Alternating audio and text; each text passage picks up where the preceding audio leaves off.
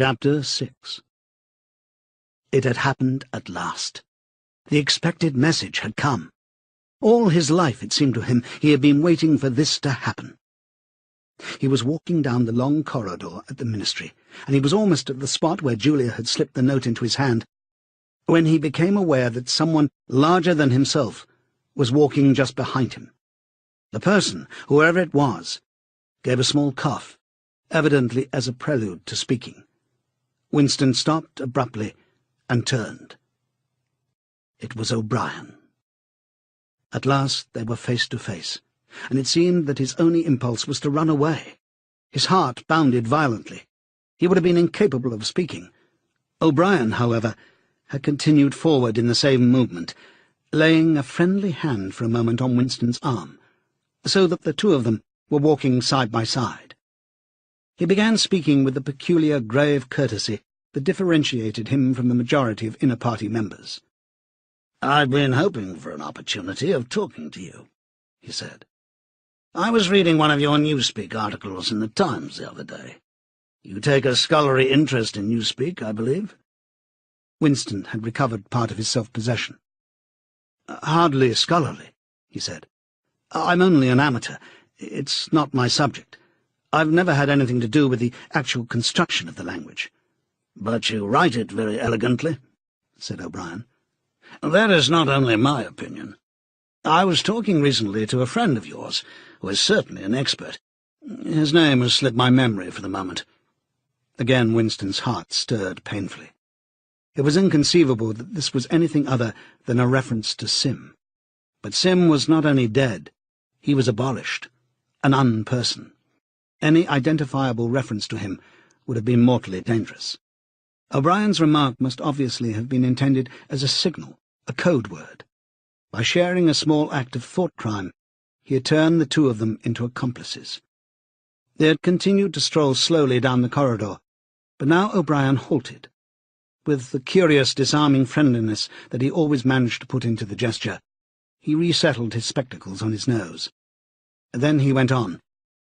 "What I had really intended to say was that, in your article, I noticed you had used two words which have become obsolete, but they've only become so very recently.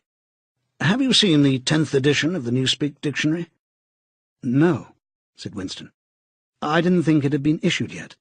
We're still using the 9th in the records department."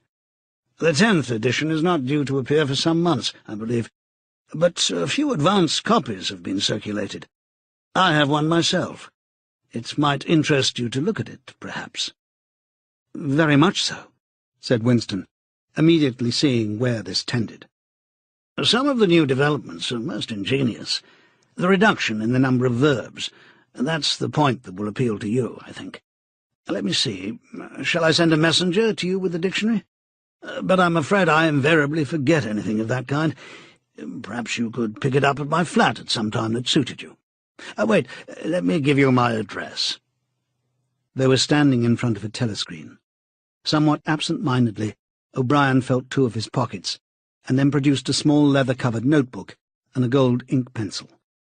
Immediately beneath the telescreen, in such a position that anyone who was watching at the other end of the instrument could read what he was writing, he scribbled an address, tore out the page, and handed it to Winston. "I'm usually at home in the evenings," he said. "If not, my servant will give you the dictionary." He was gone, leaving Winston holding the scrap of paper, which this time there was no need to conceal. Nevertheless, he carefully memorized what was written on it, and some hours later dropped it into the memory hole along with a mass of other papers. They had been talking to one another for a couple of minutes at the most. There was only one meaning that the episode could possibly have. It had been contrived as a way of letting Winston know O'Brien's address. This was necessary because, except by direct inquiry, it was never possible to discover where anyone lived. There were no directories of any kind. "If you ever want to see me, this is where I can be found," was what O'Brien had been saying to him. Perhaps there would even be a message concealed somewhere in the dictionary. But at any rate, one thing was certain.